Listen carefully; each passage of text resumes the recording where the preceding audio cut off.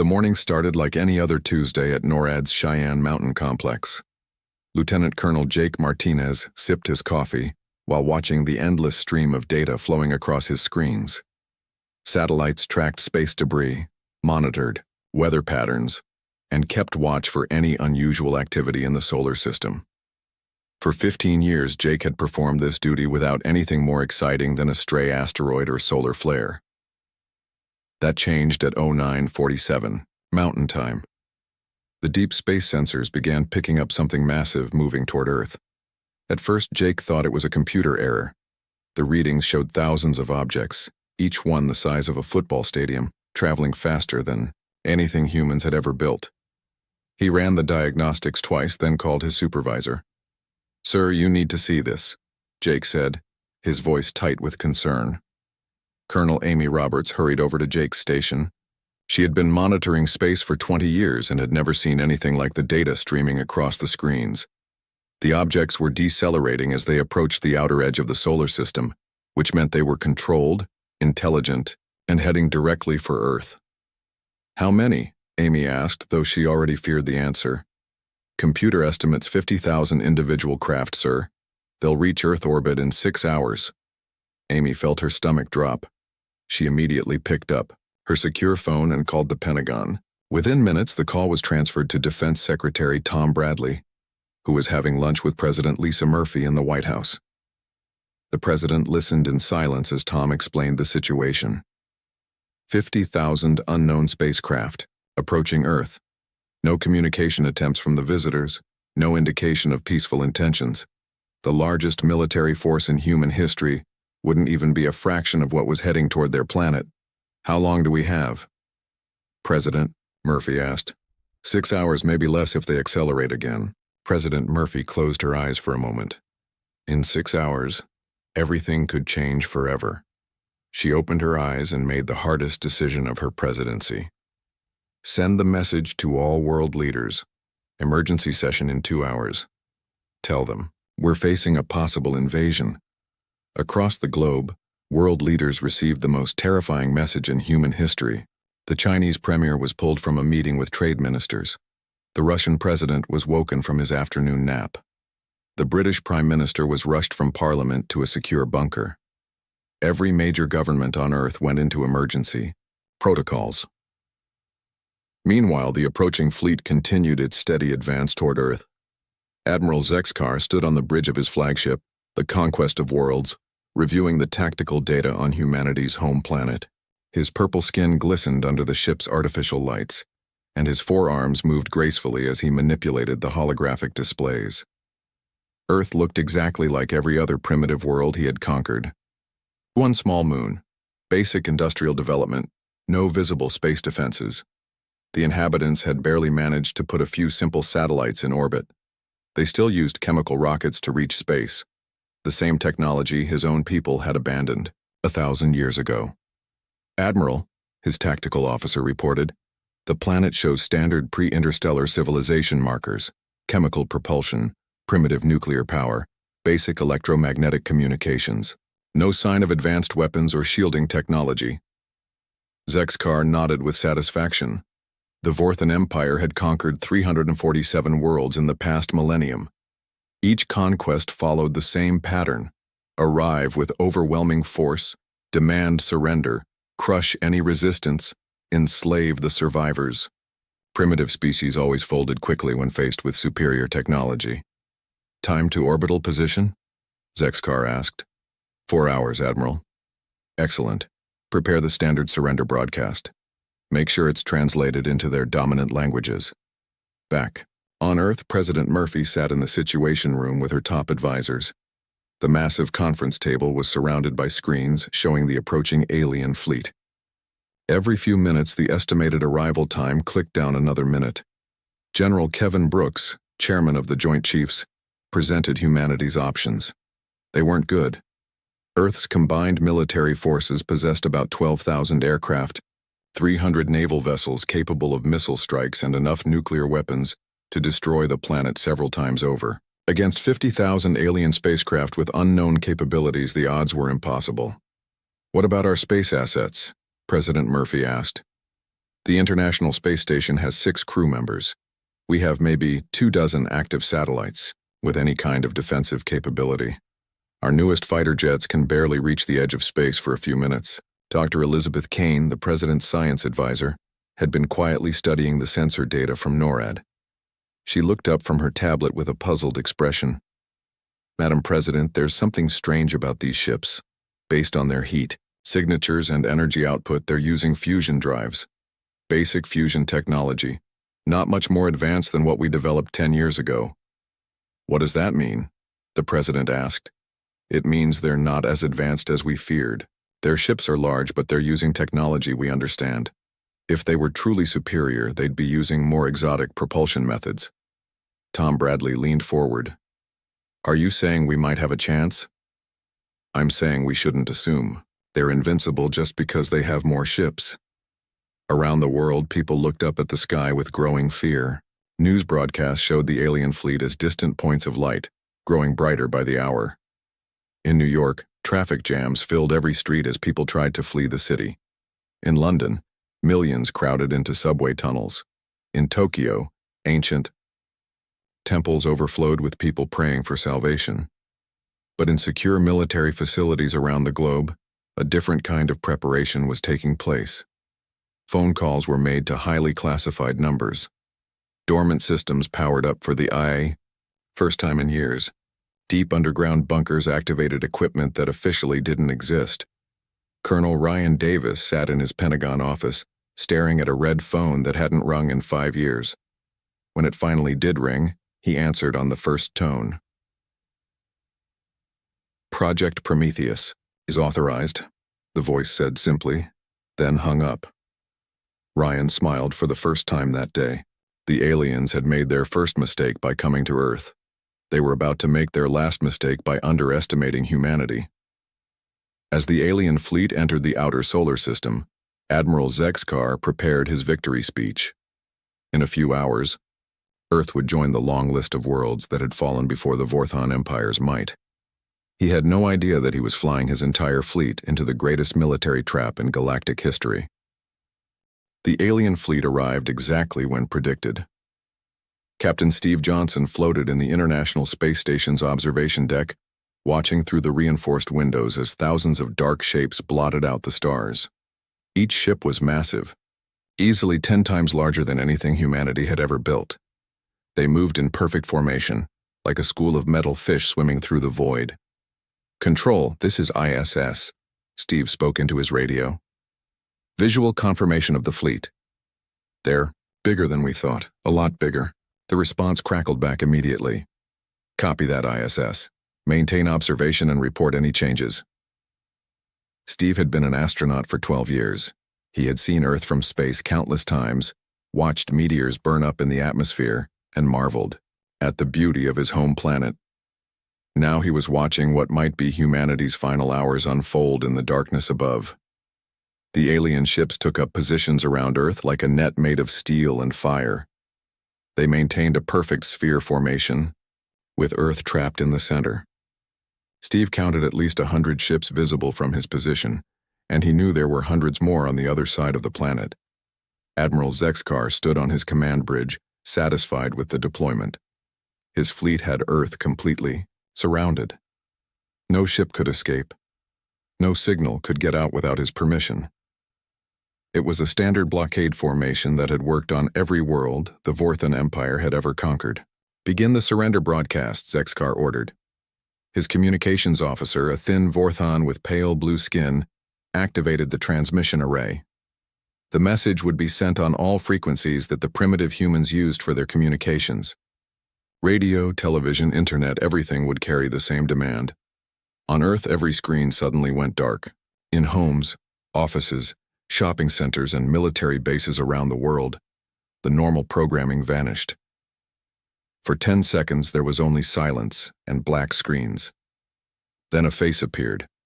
Admiral Zexkar's image filled every television, computer, monitor, and phone screen on Earth. His purple skin and 4 arms made it clear that this was not human. When he spoke, his voice was translated into dozens of languages simultaneously. People of Earth, I am Admiral Zexkar of the Vorthon Empire. Your world is now surrounded by our fleet. You have 1 hour to surrender completely and unconditionally. If you comply, you will be allowed to serve the Empire as workers. If you resist, your civilization will be destroyed and your planet will be stripped of all useful resources. The message continued for several minutes, explaining the terms of surrender. All military forces must stand down. All world leaders must present themselves for processing. All advanced technology must be turned over to Vorthan control. Humanity would become a servant species, working for the glory of the Empire. When the message ended, normal broadcasts resumed, but the damage was done. Across Earth, panic spread like wildfire. In major cities, riots broke out as people fought to escape. Highways became parking lots as millions tried to flee to rural areas. Emergency services were overwhelmed with calls they couldn't answer. At MIT, Dr. Elizabeth Kane worked frantically in her laboratory. She had been analyzing the alien ships ever since they appeared, using every telescope and sensor she could access. What she found confused her more than it frightened her. "This doesn't make sense," she muttered, staring at her computer screens. Her research assistant, a graduate student named Bobby Chen, looked over her shoulder. "What doesn't make sense, Professor?" "Their technology. Look at these energy readings. Their ships are using fusion reactors, but they're not even very efficient ones. Their weapons appear to be plasma-based, probably around 10,000 degrees. Their shields show standard electromagnetic field patterns." "Is that bad?" Elizabeth shook her head slowly. "Bobby, we developed better fusion technology 5 years ago. Our experimental plasma weapons run at 15,000 degrees, and they're shields. We cracked that type of shielding in our computer simulations 2 years ago." Bobby stared at her. "Are you saying they're not as advanced as they look?" "I'm saying a civilization that can build ships this size should have much better technology. It's like seeing someone drive a mansion-sized car that still runs on a lawnmower engine." While Elizabeth worked to understand the alien technology, governments around the world struggled to respond to the invasion. Most world leaders wanted to surrender immediately. The alien fleet was simply too large, too powerful, too overwhelming for humanity to resist. But in secure military facilities, different conversations were taking place. Colonel Ryan Davis sat in a Pentagon briefing room with 12 other officers. None of them wore name tags. None of them officially existed in any military database. "Gentlemen, ladies," Ryan began, "Project Prometheus has been authorized. After 15 years of preparation, we're finally going to find out if our theories were correct." The officers around the table nodded grimly. They had spent their careers working on humanity's most classified project. Technology that violated known laws of physics. Weapons that shouldn't be possible. Ships that existed in places where space itself had been modified. "What's our status?" Ryan asked. A woman with gray hair and sharp eyes answered. 500 units ready for deployment. All systems tested and functional. Crews have been in training for 3 years. Energy sources? Quantum tap generators. Are operating at full capacity. We have enough power to run operations for 6 months without stopping. Timeline? We can be ready to reveal in 30 minutes. Full deployment in 45 minutes. Ryan looked around the table. These people had dedicated their lives to preparing for this exact moment. Humanity's survival depended on technology that most humans didn't know existed. Meanwhile, Admiral Zexakar grew impatient. The humans had been given 1 hour to surrender, and that hour was almost up. He had expected a quick response, probably within the first 15 minutes. Most species surrendered immediately when faced with Vorthan power. "Any response from the planet?" he asked his communications officer. "Nothing official, Admiral. We're detecting increased military chatter, but no surrender signal." Zexkar's 4 hands clenched into fists. "Stubborn primitives. Very well. Target their major cities. Fire a warning shot at each one. When they see our power, they'll surrender quickly enough." The order went out to the fleet. Weapons charged. Across 50,000 ships, plasma cannons that could level mountains swiveled toward Earth's major population centers. The demonstration would be swift and terrifying. On the ISS, Captain Steve Johnson watched in horror as the alien ships began to glow with weapon energy. Bright points of light appeared across the hulls of the nearest vessels, like stars being born in the darkness. Control, this is ISS. The aliens are charging weapons. Repeat, weapons are hot and targeting the surface. The response from ground. Control was calm, almost relaxed. Copy that, ISS. Maintain observation. Do not be alarmed by what you're about to see. Steve frowned at the strange response. Do not be alarmed. Earth was about to be attacked by the largest fleet in human history, and ground control was telling him not to worry. Admiral Zexkar gave the final order. Fire.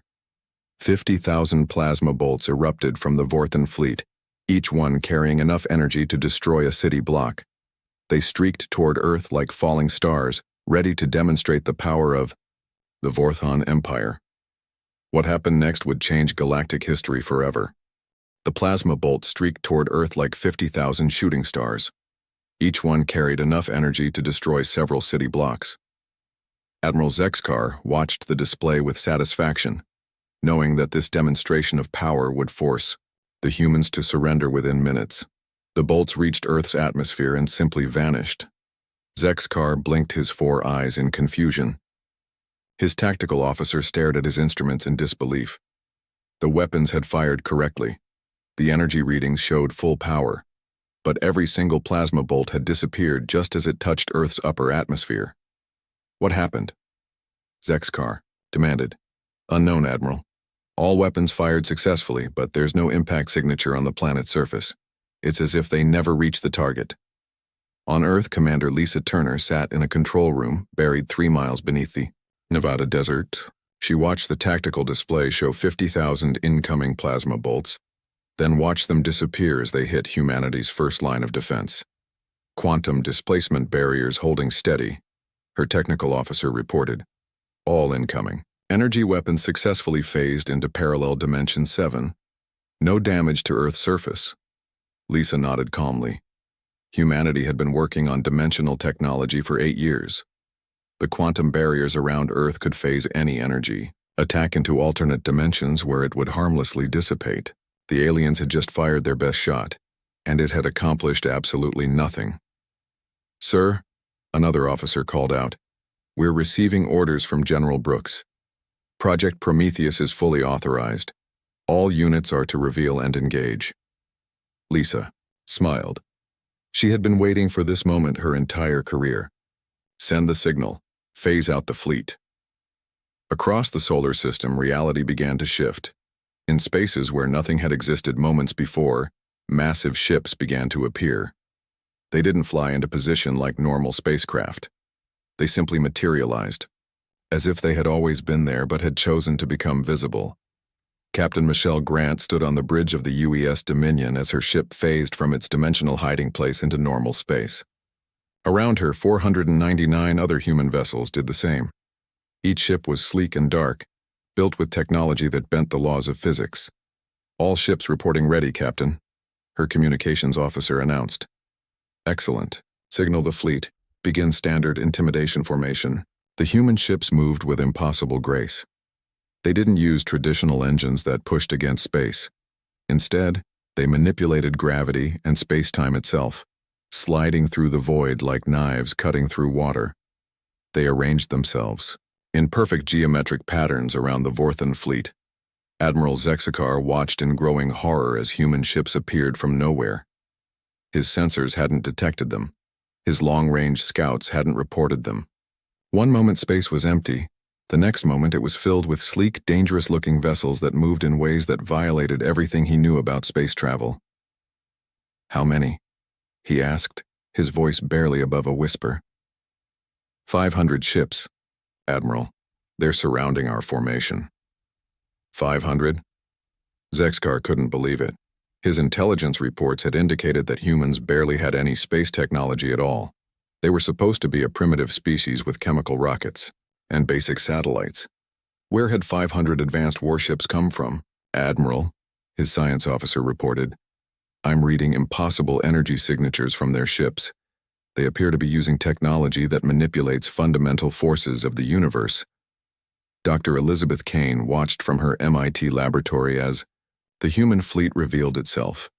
The energy readings from the new ships made her earlier analysis of alien technology look even more outdated. The human vessels were operating on principles that her most advanced theories could barely explain. "Bobby, are you seeing this?" she called to her assistant. "Professor, those are our ships, right? Please tell me those are our ships." "They're human-built, but I had no idea we had technology like this. These ships are using controlled manipulation of space-time, gravity negation, and what looks like quantum field generators." On the ISS, Captain Steve Johnson stared in amazement at the human fleet that had appeared around Earth. The ships moved like living things, flowing through space with perfect coordination. They made the alien vessels look clumsy and primitive. By comparison, "Control, this is ISS. Are those our ships? Please confirm those are friendly forces." "Confirmed, ISS. Those are United Earth ships. Stand by for demonstration of capabilities." President Lisa Murphy sat in the White House Situation Room, watching the tactical display with amazement. She had authorized Project Prometheus based on classified reports, but she had never seen the actual ships in action. They were beautiful and terrifying at the same time. "General Brooks," she said, "I want to know exactly what we're about to do to those aliens." General Kevin Brooks consulted his tablet. "Madam President, our ships are equipped with technology that the aliens cannot understand or defend against. We're going to demonstrate why attacking Earth was the worst mistake their empire ever made." Admiral Zexkar tried to maintain control as his fleet found itself completely surrounded. The human ships were smaller than his vessels, but they moved with a precision and speed that his own fleet couldn't match. Worse, his sensors couldn't get clear readings on their capabilities. "Open communications with the human fleet," he ordered. "Sir, they're already transmitting to us." The main screen on Zexkar's bridge activated, showing the face of a human female. Captain Michelle Grant looked directly at the alien admiral with calm, confident eyes. "Admiral Zexkar of the Vorthon Empire," she said, her voice carrying clearly across space. "I am Captain Grant of the United Earth Space Force. You have threatened our world and demanded our surrender. We decline." Zexkar's 4 hands gripped his command chair. "Human, you are outnumbered 100 to 1. Surrender now and your deaths will be quick." Captain Grant smiled, and it was not a pleasant expression. "Admiral, you've made 2 critical errors. First, you assume that numbers matter when technology is vastly superior. Second, you assume that what you see is all we have." "What do you mean?" "I mean that our 500 ships are just the ones we decided to show you. Each of our vessels is equipped with weapons and defenses that your empire cannot comprehend. We've been watching your expansion across the galaxy for 50 years, studying your technology, preparing for this moment." Zexkar felt fear creeping into his hearts. "Impossible. Our intelligence reports showed that humans are primitive. Your intelligence reports showed you what we wanted you to see. We've been hiding our true capabilities, waiting for a threat large enough to justify revealing them. Congratulations, Admiral. Your empire has provided us with that threat, Muddy." Grant continued speaking as human ships moved into attack positions around the Vorthon fleet. "You have 2 options. You can surrender your fleet and return to your empire with a message. Or you can discover why human beings are the most dangerous species in this galaxy." Admiral Zexkar looked at his tactical displays. His 50,000 ships were trapped in a sphere of human vessels that moved like they controlled the laws of physics themselves. His weapons had already proven useless against Earth's defenses. His choices were surrender or destruction. But the Vorthon Empire had never surrendered to anyone. They were the conquerors, the masters of the galaxy. They did not bow to primitive species from backwater worlds. "All ships," Zexkar announced across his fleet's communication network. "Attack the human vessels. Show them the power of the Vorthon Empire." Captain Grant heard the alien transmission and shook her head sadly. "Admiral, you've just made your final mistake. All human ships, you are authorized to engage. Show them what Earth is capable of." The battle that followed would be remembered across the galaxy for 1,000 years. But it wouldn't be remembered as a battle. It would be remembered as a demonstration of what happened when an entire empire made the mistake of underestimating humanity. The timer on Admiral Zexkar's bridge read 14:32:05 when the Vorthon fleet opened fire on the human ships. It would read 14:36:42 when the battle ended. 4 minutes and 37 seconds was all the time it took for humanity to destroy the largest invasion force in galactic history. Captain Michelle Grant watched the alien plasma bolts streak toward her ship and felt almost sorry for them.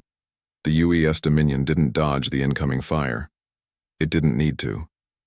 Her ship's probability drive simply ensured that every enemy shot missed while every human shot would hit its target. "Weapons officer," Captain Grant said calmly, "you may fire when ready." The Dominion's main weapon wasn't a cannon or missile launcher. It was a device that altered the fundamental constants of physics in a small area of space. When it fired, the targeted alien ship simply stopped existing, not destroyed, not vaporized, but erased from reality as if they had never been built. 50 Vorthon ships vanished in the first second of combat. Captain Daniel Foster aboard the UES Victory took a different approach. His ship's temporal disruptor fired invisible beams that aged enemy vessels millions of years in seconds. Mighty warships that had conquered dozens of worlds suddenly became ancient scrap metal, falling apart from centuries of decay that happened in an instant. Another 100 alien ships crumbled to space dust. Commander Susan Bell commanded the UES Thunder, equipped with humanity's newest weapon system. Her gravity manipulators created miniature black holes that consumed entire squadrons of enemy vessels. The aliens fired their weapons desperately at the tiny dark spots, but their plasma bolts simply vanished into the gravitational wells, adding their energy to the growing singularities. 200 more alien ships were crushed into nothingness. Admiral Zexkar watched his fleet disappear with growing terror. His tactical displays showed ship after ship simply blinking out of existence. Some aged into scrap metal. Others were compressed into points of infinite density. Still others seemed to simply cease existing, as if the universe had forgotten they were ever there. "Return fire," he screamed at his weapons officers. "All ships, concentrate fire on individual human vessels." The Vorthon fleet tried to focus their attacks, but it was hopeless. Every plasma bolt, every particle beam, every exotic weapon in their arsenal either missed completely or had no effect at all. The human ships moved through the alien attacks like ghosts, untouchable and unstoppable. Captain Lucy Park's ship, the UES Storm, demonstrated humanity's mastery over quantum mechanics. Her quantum virus weapons infected the alien ship's own technology, turning their computers against them. Vorthon vessels began firing on each other as their systems were rewritten by human programming that existed in multiple dimensions simultaneously. The infected ship's weapons turned on their own fleet, adding to the destruction. Commander Ben Hayes used his ship's matter conversion ray to transform enemy vessels into harmless gas clouds. Massive battleships that had taken years to build became wisps of hydrogen and helium, dissipating harmlessly into space. The aliens inside didn't even have time to scream before they became part of the cosmic background radiation. Dr. Elizabeth Kane watched the battle from her MIT laboratory, her instruments barely able to track what was happening. The human ships were using weapons that violated every law of physics she knew, yet somehow they worked perfectly. "Professor?" Bobby Chen said in amazement. "How is this possible? These weapons shouldn't exist." "Bobby, I don't think our military cares what should or shouldn't exist. They've apparently decided to make their own rules about how the universe works." On the ISS, Captain Steve Johnson had the best view of humanity's demonstration of power. He watched human ships dance between enemy attacks that never seemed to hit, while alien vessels disappeared faster than he could count them. The space around Earth, which had been filled with a threatening armada minutes ago, was rapidly becoming empty. "Control, this is ISS. The alien fleet is being destroyed faster than I can track. How many ships do we still have up here?" "ISS current count shows approximately 15,000 enemy vessels remaining. Engagement will conclude in approximately 2 minutes. Steve stared at his radio. 2 minutes? The aliens had started with 50,000 ships, and humanity was going to finish them off in less than 5 minutes total? Admiral Zexkar's flagship shuddered as human weapons destroyed the ships around him. His bridge crew worked frantically, trying to find some way to fight back, but their technology was useless against enemies who had learned to rewrite the laws of reality.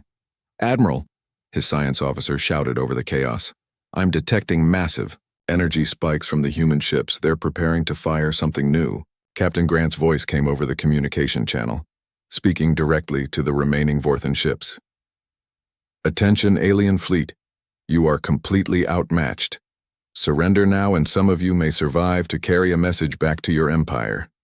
Zexkar's pride warred with his survival instincts.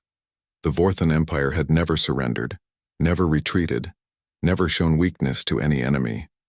But he was watching his entire invasion force being casually destroyed by weapons that shouldn't exist. "Never," he broadcast back. "The Vorthan Empire bows to no one." Captain Grant sighed. "I was afraid you'd say that. All ships, deploy the dimensional shears. End this." The remaining human vessels activated their most powerful weapons. Dimensional shears cut through the fabric of space itself, creating tears in reality that swallowed entire formations of alien ships. The weapons didn't just destroy their targets, they removed them from existence across all possible dimensions. The last organized resistance of the Vorthan fleet vanished into cracks in space-time. Commander Lisa Turner watched from her deep, underground command center as the battle reached its conclusion. Her screens showed the final count. 50,000 alien ships destroyed, 0 human casualties. Total time elapsed 4 minutes and 37 seconds. "All stations report," she commanded. "Quantum barriers still at full strength. No damage. To Earth. Human fleet reports all systems nominal. No battle damage. Dimensional weapons cycling down to standby mode." "Excellent. Signal the fleet to begin cleanup operations." In the wreckage of the Vorthan invasion, less than 100 alien ships remained intact. Most of these were damaged beyond repair, their crews dead or dying. Only a handful of vessels still had functioning life support and engines. Admiral Zexkar found himself in command of exactly 17 surviving ships out of the 50,000 he had brought to conquer Earth. His mighty invasion fleet, the pride of the Vorthan Empire, had been reduced to space debris in less than 5 minutes. Captain Grant's voice came over his communication system one final time. "Admiral Zexkar, you now have a choice. You can stay here and join the rest of your fleet in destruction, or you can take your surviving ships and return to your empire with a message." Zexkar looked around his damaged bridge. Half his crew was dead. His ship's weapons were destroyed. His engines were barely functional. His empire's greatest military force had been wiped out by beings who treated the laws of physics as polite suggestions. "What message?" he asked, his voice broken and defeated. "Tell your empire that Earth is under human protection now. Tell them that any species that threatens innocent worlds will face the same fate as your fleet. Tell them that humanity has taken its place as the guardian of this galaxy." Admiral Zexkar stared at the human ships that surrounded his few survivors. They had shown mercy by allowing him to live, but only so he could carry word of their terrible power back to the Vorthan Empire. "We understand," he said quietly. "We will deliver your message." The human fleet moved aside, creating a corridor through which the surviving Vorthan ships could escape. As Admiral Zexkar limped away from Earth with the remnants of his once mighty armada, he knew that everything had changed forever. The age of Vorthan dominance was over. The age of humanity had begun. Admiral Zexkar's 17 surviving ships limped through space toward the Vorthan Empire's capital world. The journey that should have taken 2 weeks stretched into a month as damaged engines failed and life support systems broke down. Only 9 ships made it to the imperial homeworld of Vorth Prime. When Zexkar's battered flagship entered orbit around the massive city world, he barely recognized his own home. Vorth Prime was covered with gleaming towers and orbital platforms, symbols of an empire that ruled over 347 conquered worlds. But now those symbols felt hollow to him. He had seen what real power looked like. Emperor Thaxmor received the survivors in his great throne room. The massive chamber could hold 1,000 beings. and today it was packed with military commanders, government officials, and representatives from conquered worlds. They had all come to hear the report from the greatest invasion fleet in Vorthan history. "Admiral Zexkar," the Emperor said, his voice echoing through the chamber. "You return with fewer ships than a single patrol squadron. Explain this failure." Zexkar knelt before the throne, his 4 arms trembling. "Your Imperial Majesty, Earth was not what we expected. The humans, they possess technology that makes our greatest weapons look like children's toys." Murmurs rippled through the assembled crowd. The Vorthan Empire had never met a species they couldn't conquer. Their technology was the most advanced in the known galaxy. "Impossible," Emperor Thaxmore declared. "Our intelligence reports showed that humans barely have space travel. They use chemical rockets and primitive electronics. That is what they wanted us to believe, Your Majesty. The humans have been hiding their true capabilities for decades. They have weapons that control gravity, manipulate time, and alter the basic laws of reality itself." The Emperor's advisors whispered among themselves in disbelief. Weapons that altered reality? It sounded like impossible fantasy. Zexkar continued his report, describing how 50,000 ships had been destroyed in less than 5 minutes. He told them about human vessels that appeared from nowhere, weapons that erased ships from existence, and defenses that made the Vorthan fleet's attacks simply vanish. "The humans sent me back with a message, Your Majesty. They said that Earth is now under human protection. They said that any species that threatens innocent worlds will face the same fate as our fleet." The throne room fell silent. For 1,000 years, the Vorthan Empire had delivered ultimatums to other species. Now, for the first time, they were receiving one. Emperor Thaxmore stood from his throne, his face dark with anger. "One defeat does not destroy an empire. We will gather our remaining fleets, develop new weapons, and return to crush these humans." Admiral Zexkar shook his head sadly. "Your Majesty, with respect, you did not see what I saw. The humans destroyed our entire invasion force as easily as we might swat insects. They have moved beyond our understanding of what is possible." While the Vorthan Empire struggled to comprehend their defeat, word of humanity's victory spread across the galaxy faster than light-speed communications. Species that had lived in fear of Vorthan conquest for centuries suddenly dared to hope for freedom. On the planet Zetha 4, a world conquered by the Vorthans 50 years ago, rebel leader Kala Ves gathered her followers in secret caves beneath the capital city.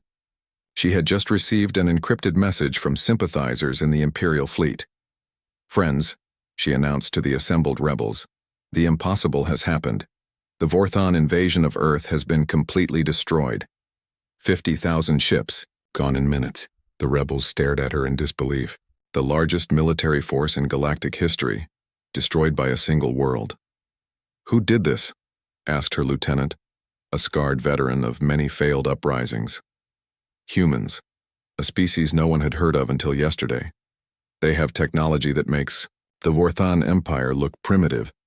Across the galaxy, similar conversations were taking place. On conquered worlds, oppressed peoples whispered about the species that had done the impossible. In independent systems, governments debated whether to make contact with these mysterious humans. In the great trading stations that connected distant worlds, merchants carried stories of Earth's victory to every corner of space. Dr. Andrew Ross stood before the United Nations General Assembly in New York, looking out at representatives from every nation on Earth. 3 days ago, he had been a professor of xenobiology. Today, he was humanity's first Secretary of Alien Affairs.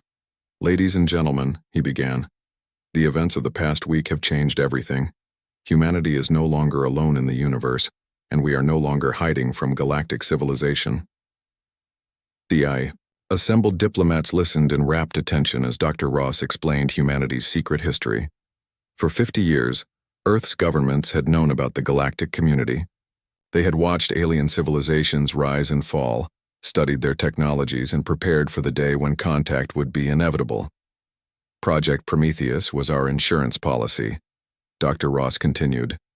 We knew that eventually, some aggressive empire would notice Earth and decide to conquer us. We spent decades developing defensive and offensive capabilities that would ensure our survival. President Lisa Murphy took the podium next. She had been president for only 2 years, but she would be remembered as the leader who revealed humanity's true place in the galaxy. "My fellow humans," she said, "we now face a choice. We can return to hiding, pretending to be a primitive species while the galaxy burns around us. Or we can accept our responsibility as the most technologically advanced civilization in known space." She paused, looking around the assembly hall. "I believe we have a moral obligation to use our capabilities to protect those who cannot protect themselves. Too many worlds have suffered under the boot of aggressive empires. Too many species have been enslaved or destroyed by those who mistake strength for right."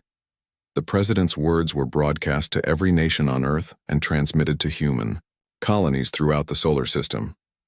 Humanity was being asked to become the galaxy's protector, to step out of the shadows and take responsibility for maintaining peace among the stars. Captain Helen Parker received her orders while her ship, the U.S. ambassador, waited in Earth orbit. She was to lead humanity's first official diplomatic mission to the galactic capital at Nexus Station, a massive space city that served as neutral ground for interstellar negotiations. "Captain," her communications officer reported, "we are receiving transmission requests from dozens of species. Everyone wants to meet with human representatives." Helen nodded. The galaxy had taken notice of Earth's demonstration of power. Now they wanted to know what humanity intended to do with that power. The U.S. ambassador departed Earth with a simple mission: deliver humanity's message to the galactic community. Earth was no longer hiding. Humanity would take its place among the stars as a protector of freedom and peace. Any species that threatened innocent worlds would face the same fate as the Vorthon invasion fleet. Emperor Thaxmor watched from his palace as reports flooded in from across the empire. Conquered, worlds were declaring independence. Imperial fleets were deserting rather than face potential human retaliation. The 1,000-year reign of the Vorthon Empire was crumbling in mere weeks. His advisors brought him intelligence reports about human capabilities, but each report only made the situation seem more hopeless. The humans had technology that manipulated fundamental forces of physics. They had weapons that could destroy planets, defenses that could protect entire star systems, and ships that moved through dimensions beyond normal space. "Your Majesty," his chief advisor said quietly, "perhaps it is time to consider accommodation with this new power." The emperor stared out at his capital city, watching as protests erupted in the streets below. His empire was falling apart, and there was nothing he could do to stop it. On Earth, children looked up at the night sky with new wonder. The stars were no longer distant points of light, but destinations where humans would travel as protectors and explorers. Teachers rewrote history books to include humanity's secret technological development. Scientists published papers about dimensional physics and reality manipulation that had been classified for decades. The age of hiding was over. The age of humanity had begun. Admiral Zexkar sat in his quarters on Vorth Prime, writing his final report. He had decided to retire from military service, unable to face the thought of commanding ships again after witnessing their complete inadequacy.